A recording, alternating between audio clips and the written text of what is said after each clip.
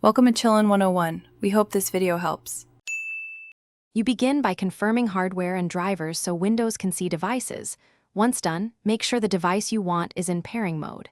Now open Start, choose Settings, then Devices, and select Bluetooth and other devices.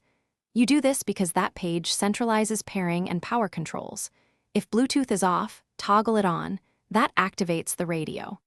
This first step gets both sides visible and ready, which is essential before any pairing attempts. Once the Bluetooth page is open, click Add Bluetooth or other device and choose Bluetooth. This starts scanning. You'll see available devices, select the correct name, and then accept or enter a PIN if prompted, because some devices require confirmation for security.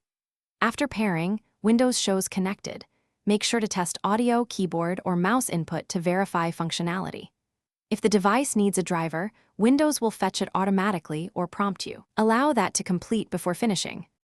To finish, set the new device as default in sound settings or devices if required, and confirm behavior in apps.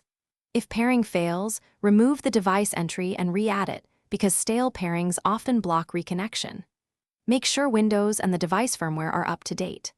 One key troubleshooting tip: open Device Manager, find your Bluetooth adapter, and update or reinstall its driver. This fixes most hidden connectivity issues and restores the Bluetooth radio when it's software-enabled. Thanks for watching. Consider subscribing if we helped you.